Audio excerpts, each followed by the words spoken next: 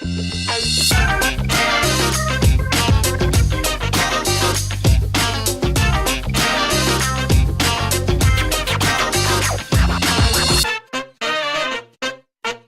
series looks like a 90s anime. Sure is paced like a 90s anime. But the music seems to be about a decade out of touch. You know, all the booming synths and the melodramatic saxophone music in this screams out like some Patrick Swayze fever dream waking up to the Dirty Pair universe. The animation is decent enough, though it has such a glow about the set pieces you'd swear this was Disney in the 40s, but even he didn't use this much glare, to a point where you lose objectivity what is being seen and you're struggling to find the image within the image. When you can see what's going on, the color is attractive and immersive, the character designs are interesting and unique, though fuck this guy's eyes. But when you can see what is going on, there isn't much fluidity. You can see that the budget wasn't altogether very large for this project, which was rather odd due to two instances. The manga was popular enough to be picked up again in 2005, of which ran 12 volumes, and I came to find out that there had been a live-action film licensed by Rogue Pictures that had been languishing in developmental hell for a hellishly long time. And since Rogue was declared defunct in 2013, all rights have passed to Relativity Media, who aren't a bad production company, but only recently emerged from declaring bankruptcy last year, and that doesn't sit well with a cult classic about a Chinese voodoo creature selling pets to unsuspecting me. The second instance, this was produced by Madhouse. Yeah, that Madhouse. And they had long come out with such gems of the horror genre as Wicked City and Twilight of the Dark Master by the time Pet Shop was released. And those anime were extraordinarily well animated and had the production values to flaunt it. Pet Shop of Horror's budget wasn't very large because I feel as far as horror anime go, it's tame and dull by comparison by most standards of the 1990s. The decade's very clear precedent for how horror was to be made in Japanese animation was set down by the time of Pet Shop's release by Berserk and Ninja Scroll.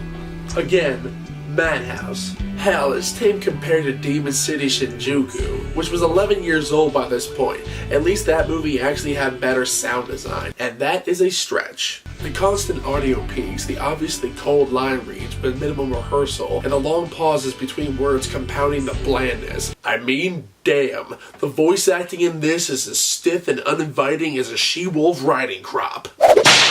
Yes, my angel, now we can be a family again. Now we can start all over, Alice. Your daughter, at least to you, has just come back from the dead, and all you can manage to muster up enough enthusiasm to rival the Endless Eight. Good job, dear. Good to have you alive again. Keep that shit up. Your phone. Brother, your phone. Here's another example. John DeMita, who acted in Ninja Scroll, Princess Mononoke, and is probably best known for his work in Naruto, sadly, plays the eccentric Chinese pet shop owner, Count D. Now, if you sit right there, I'm going to explain all the things horribly wrong with my previous statement. 1. There is only one Count D in storytelling. Ever. It's established in the manga of this story that this Count D isn't a vampire, but a type of species closer to more primal animals than mankind. That doesn't excuse the fact that the entirety of this dude's family are all called Count D. It's a deliberate and tantalizing misdirection that isn't explored at all in the anime. The manga had finished its run in 1998 with 10 volumes. This little detail was revealed in volume 4. The series was released in 1999. It should have clarified something. It would have been nice to have something involving characterization, at all. So, if we only watch the anime, and we conclude that this fucker is Count Dracula with his own menagerie of personal snarfs. Number 2, Chinese. You really couldn't find any Chinese or Chinese American voice actors to do the dub. You really had to give us a hokey and horrible accent that in today's PC world we could slap with inflammatory whitewashing. Now, I have no doubt that if the accent was legit, I wouldn't care who it were from, though honestly, he does give a better performance than most, if not all, of the cast.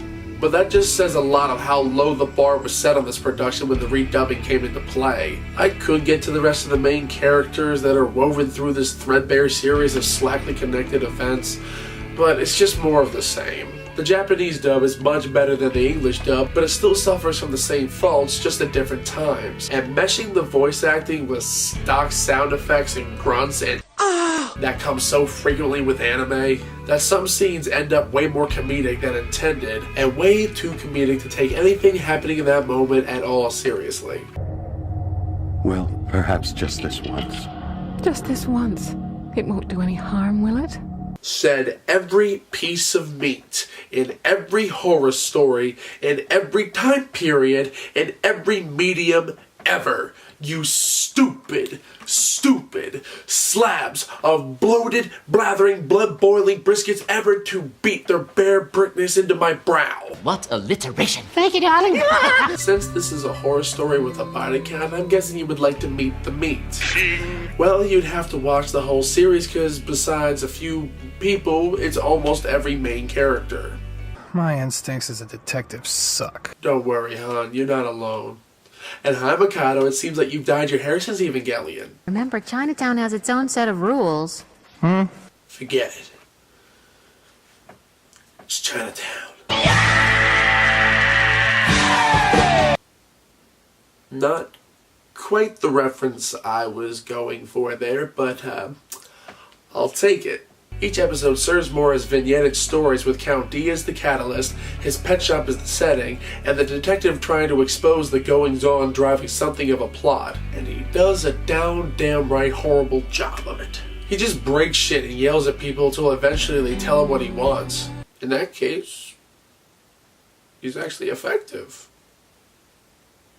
Or he would be if people were not just telling him the truth from the very beginning. Each vignette plays with a different set of characters, a different arc, and a different motive each time they set foot into the pet shop. I actually don't have much issue with the story, and I've sadly never read any of the manga, so I do not know how in-depth the story has gotten, nor can I see if these characters are as two-dimensional as in the anime. But just as I took issue with Corpse Party, I take issue that Pet Shop is not structured like a story that can be adequately told in 4 episodes, cutting the potential of the work very short. However, unlike Corpse Party, I do not believe Pet Shop of Horrors has the production value or story potential that, if the animation had been top-notch, it really would have altered the outcome. It's just okay. And being okay is okay. If you feel that's okay. Okay? Despite his beauty and innocence, his talents as an actor were, shall we say, somewhat lacking.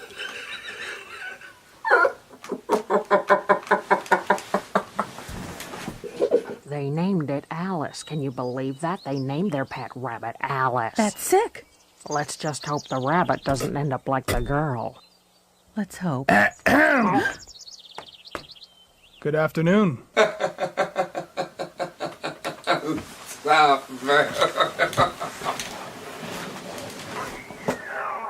From an episode basically ripping off Gremlins to one involving complicated tropes straight out of The Omen, this series is a hotbed of old school horror cliches and ancient myths. Every episode is delivered with a message usually, and honestly, they're actually pretty well executed, and they make legitimate sense with the context of the story, and when the moral is made obvious, regardless of how subtle it was or wasn't. It isn't preachy, it's a collection of parables without the priest on the mount, and I am so grateful for that. And you know what? The lessons that are being thrown are easy to catch. Director Toshio Hirota, who sadly passed away from cancer 2 years ago, was the showrunner for Pet Shop, and as far as I'm aware, this is the last series he ever directed. He was one of the originators of common anime styles in the early 1960s with Toei Animation, and is notable for being chief animator for Twilight of the Cockroaches and director of the Barefoot Gen movies. He even worked on Metropolis and Death Note, and what sucks is that even though there's potential here, that resume doesn't bleed through into Pet Shop of Horrors. Overall, the series is underthought, underfunded, and unrealized with some flourishes of really talented craft work, and it's just disappointing because of what could be, given the length of the manga series. But with such rocky foundation, who knows if this could have been pulled off successfully. I hope you check it out regardless of how I feel about it, because it's one of those rare gems that perfectly expresses the attitude toward animation in the 1990s, which is, it was unique, it was risky, and it found an audience. Though there could have been more singing plants. blood and he's got more than enough.